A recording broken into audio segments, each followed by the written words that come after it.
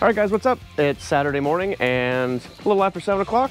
Just got to the shop, so we're gonna get busy. I got a lot of stuff to get done this weekend, so follow me along as I try to knock out some of my personal projects. Door.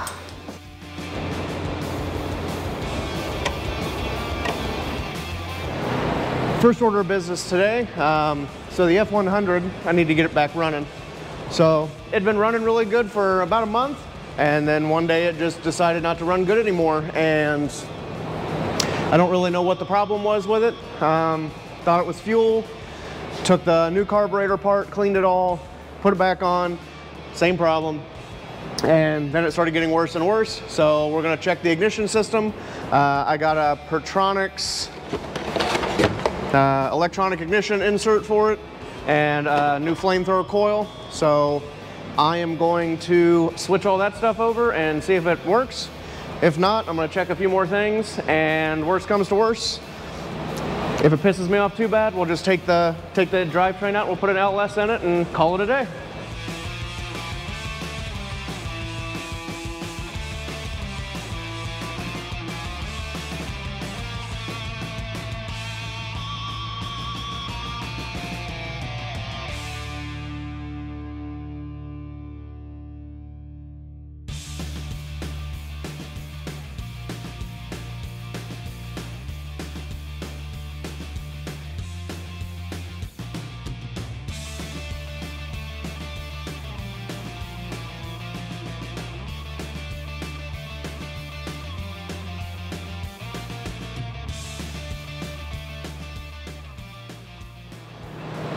So, story of my life, checked online on multiple sites for a part number for the Pertronix igniter for a 61 F100 with a 292 in it with the stock Motorcraft Autolite distributor, and everything I found said to get this one because it's the right one, and guess what? It's not.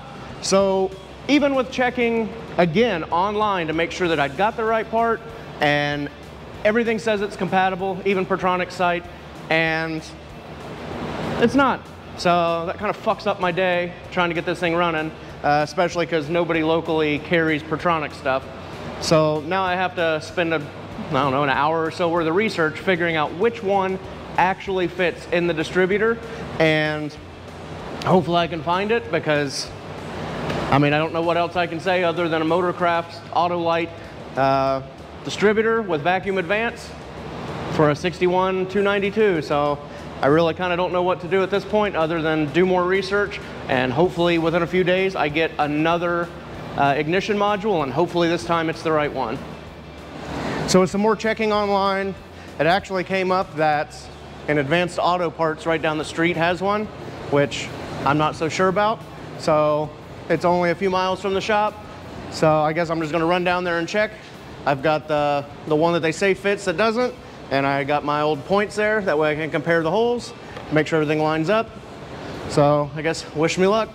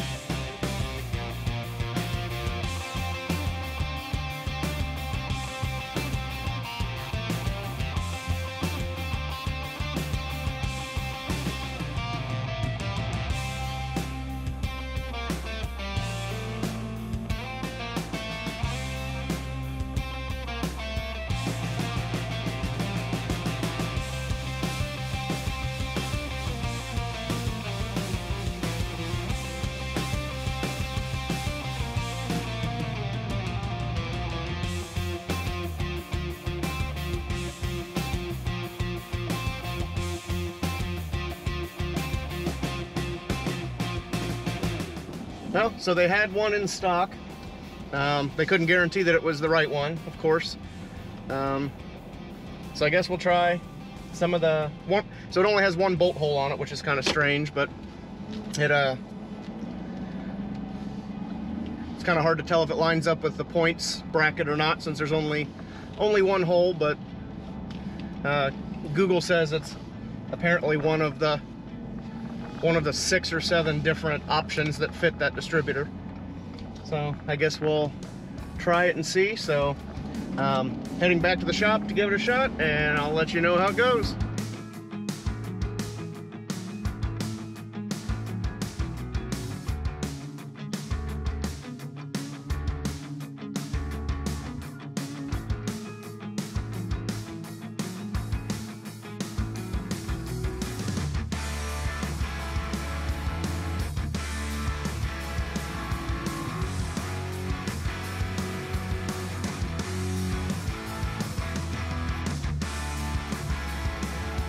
All right, so I'm back at the truck and gonna see if I can get the Patronics I just got from Advance to fit on the truck. I'm not too sure on it just due to the fact that there's only a singular bolt hole, and I don't know. You know, I read online that there's a bunch of different ones that could possibly fit. So let's hope for the best and see if we can get this thing running.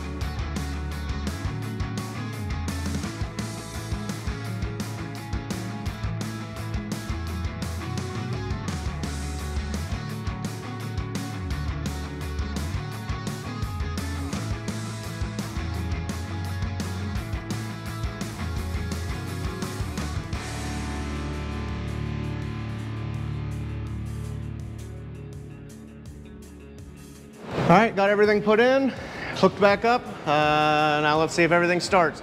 So everything seemed to fit on the ignition module from Advanced. So I guess we'll just kind of have to see. Like I said, it only had one bolt hole, so it's kind of hard to see if anything really aligns. Everything gapped out and went on. So I guess it's a moment of truth, and let's see what happens.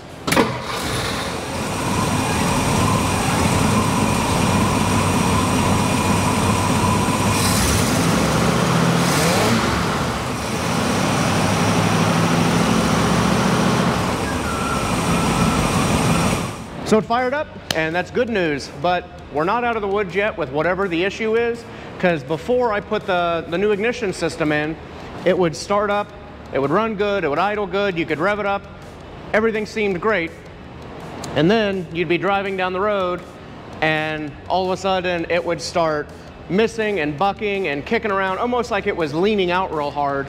And I don't know what caused that, because it just came out of nowhere. It's got a brand new Holley 2-barrel on it.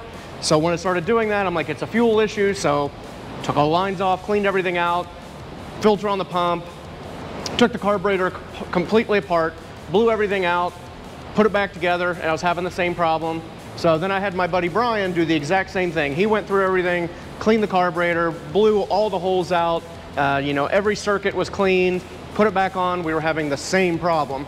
So my next logical thought was, well, let's try the ignition. You know, it's not a ton of work, and let's just check and see what it is. So it started up, it seemed to run good, you know, in idle, in park. So we're gonna take it out, drive it, and see if it continues to do that problem when it's under load being driven. And if it still does it, I'm gonna go back to it being a fuel issue, which just doesn't make a whole lot of sense due to the fact that, I mean, it ran great for 3 to 4 weeks, no issues whatsoever, and then just out of the blue, it started progressing worse and worse, and then it was pretty much undrivable. So let's close the hood up, get the truck out, and see what it does.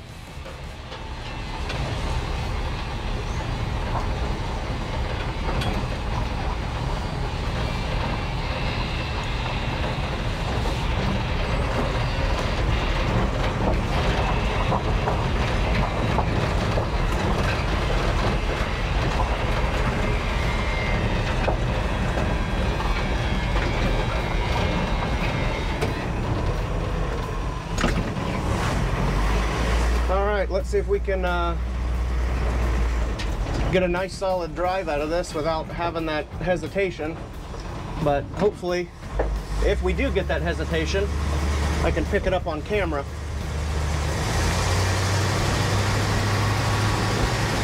So far so good.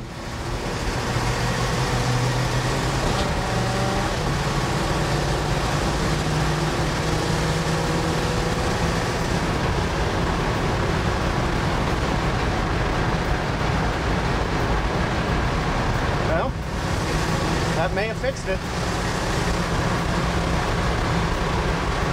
Because before it was anytime you would kind of get on it, so just about there, it would start missing and kind of putting along. So that's pretty exciting that after everything we went through, it was just a small ignition problem. And I don't know if that was the condenser going bad, if it was the points being being burned up or filed too much in the past, or it could have been a coil deteriorating. So I'm gonna chalk this one up for a win, and that's pretty awesome. I feel good about it.